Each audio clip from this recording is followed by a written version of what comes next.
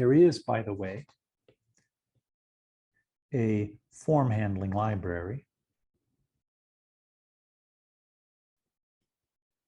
and it's called Formik. Right, this is for React. And so this form handling library for React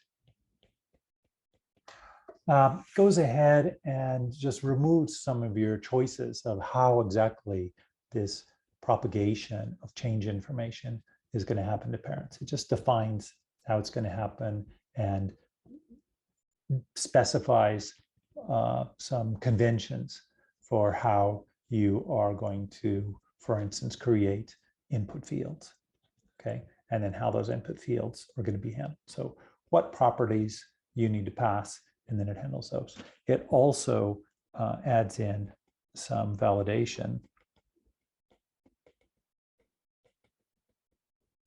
and error handling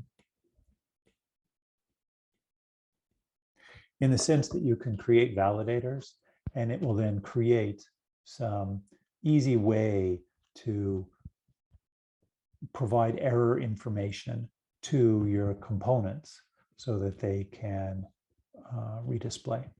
So it's fairly easy within a component to go ahead and have some validation, but a lot of times you might want to have cross-component validation. You know, if this field is, what would be a good example?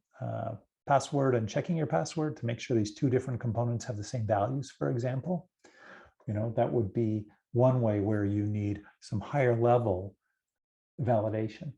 And then once you've done that validation, you need to pass in errors to each of the components so those components can display them as is appropriate.